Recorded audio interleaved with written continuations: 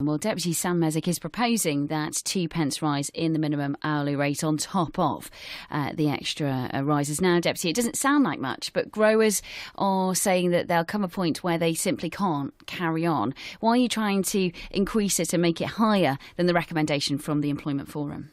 Well, I was astounded when I read the recommendations of the Employment Forum saying that we should raise the minimum wage to £7.18 because even though Jersey has had a lower minimum wage than the UK for round about the past year now, from the 1st of April, we're actually going to have a lower minimum wage than Guernsey. This will be the first time that we've fallen behind most of the British Isles, and I think this is completely unacceptable when we all know that the cost of living in Jersey is a lot higher than it is in the UK. They've now announced that they're actually going to raise their minimum wage to £7.50, so we're going to fall even further behind the UK. And the current Council of Ministers seems to have its head buried in the sand that the economic consensus around the world has changed from what it was 20 years ago, and it's now accepted that higher minimum wages are actually good for the economy, they're good for public finances, and this Council of Ministers doesn't seem to want to address that as a political issue. It simply wants to privatise that decision-making to another body so they can hold their hands up and say, well, you know, it's not our fault that What do you think it'll mean for the island sort of falling behind in this way you describe? Well, we'll become uncompetitive for a start. So those jobs at the lower end of the wage spectrum, there will be people who will look at the amount of money that they'll get from working in Jersey. They'll have a think about the cost of living and how that's different, and suddenly realise that if you're on the minimum wage somewhere in the north of England compared to being on the minimum wage in Jersey, you're much better off in the north of England now because it'll be much more easy to afford your rent. You know that your minimum wage is actually set to go to £9 an hour by 2020. At the current projections, Jersey's not going to reach £9 an hour until 2025, and we already know because of the work the local branch of the Living Wage Foundation has done that the living wage in Jersey is closer to £10 an hour. So, you know, we're 10 years behind where we need to be on this, and I think that the States needs, frankly, a bit of a kick up the backside and told to get your house in order and address this issue properly. But we just heard from Graham Lelay there. What would you say to farmers who simply can't afford the higher increases in the future? Well, he talked about the subsidies that farms get in the UK and the EU. And it sort of frustrates me a little bit because I myself am a trade unionist. I support the rights of organisations to advocate for their profession and for their industry. And so I support the right of the Farmers Union to talk about this issue. But I sort of cringe a little bit because I think, you know, do they not realise they've lost the argument on the minimum wage? Should they not actually focus their argument on what support the government provides the agriculture industry independent of wages, instead of arguing that our industry isn't viable unless we're continued to allow to pay poverty wages? And that's what they are. They're poverty wages because you cannot live properly on those wages. But they are doing that. This is just another nail in the coffin, if you like, for them. What they should be arguing, they should say, right, well, we need the government to get round a table with the leaders of the agriculture industry and say, right, we're not going to accept poverty wages anymore. We're going to say that everybody deserves to be paid a decent wage. So what can the government do to help them?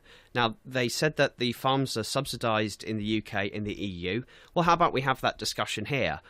Instead of subsidising the agriculture industry through the benefits system, let's actually find a better subsidy for them, whether it's, you know, directly giving them cash, whether it's looking at the regulations and the legislation that the agriculture industry has to abide by and working out how we can simplify that, cut red tape where necessary. There's better ways of supporting the agriculture industry than simply saying, yes, you can continue to pay workers a wage they can't live off. But in the immediate future, there's going to be this increase, and there is the concern for some farmers that they might simply go out of business. That surely can't be good for the island. Well, I don't think it's true, though. We get this letter from them literally every year saying, please don't raise the minimum wage. It gets dropped into states members. Why don't you listen to them then if they get it? If they send it every year? Because we think they're wrong.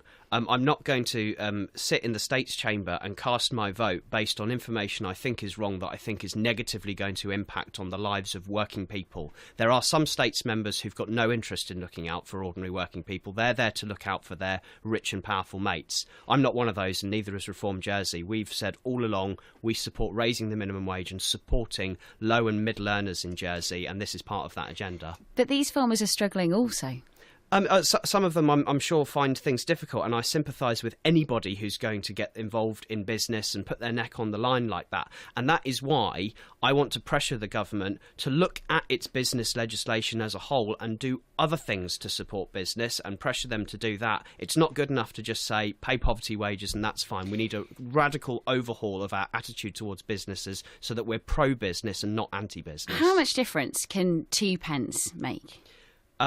Virtually very little. It can be part of the greater scheme of things. So does more need to be done then? Absolutely. My proposal to raise it to £7.20 so we keep up with Guernsey on Wednesday last week was announced to be out of date by the UK Chancellor of the Exchequer because he said he wants a minimum wage in the UK to be £7.50. If he'd have done that a week earlier, I'd have changed my proposition because there's deadlines in the States and I haven't been able to meet this one because of that announcement. The minimum wage in Jersey, I'd eventually like to see it get towards £10 an hour, and I want to do that in a relatively short space of time. But just how like realistic is that, particularly for small businesses and farmers? Well, it's realistic in the UK because that's what they're doing, and they've got a lower cost of living in the UK. But would so that of course it's impact feasible. on us as consumers then? Because ultimately businesses will have to increase the prices of their products, which will be passed on to us as customers, which ultimately people who are maybe being paid minimum wage will have to pay extra for. And it'll be doomsday, and we'll have mass unemployment as well. These are the arguments that the Conservatives used in the 1990s to argue against introducing a minimum wage at all. They said it will be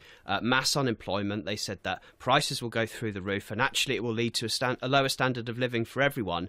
None of that turned out to be true. And now you have a situation where 20 years ago the Conservatives in the UK were philosophically against the minimum wage on that basis, and now they're the party that is actually forcing through higher rises to the minimum wage than even the Labour Party were proposing, and they're the ones who introduced the minimum wage.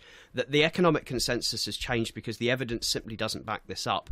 Actually, what it does is that it reduces income inequality, and all of the advice and the research from the OECD and the IMF shows that economies that have lower income inequality are actually more productive. They have better economies because if you're going to work knowing that you're getting paid a decent wage, you're going to work better, you're going to work smarter, you're going to work harder because there'll be dignity in the work. You're not going to be getting up every morning and worrying about how you're going to pay your bills, how you're going to feed your kids. So actually what it will do is it'll do a little bit more to help us with our massive problem with income inequality, and that will be better for everybody. Deputy Sam Mézec, thank you for your time this morning. That debate is due in the States, which returns tomorrow. We will, of course, have full coverage right here on BBC Radio Jersey.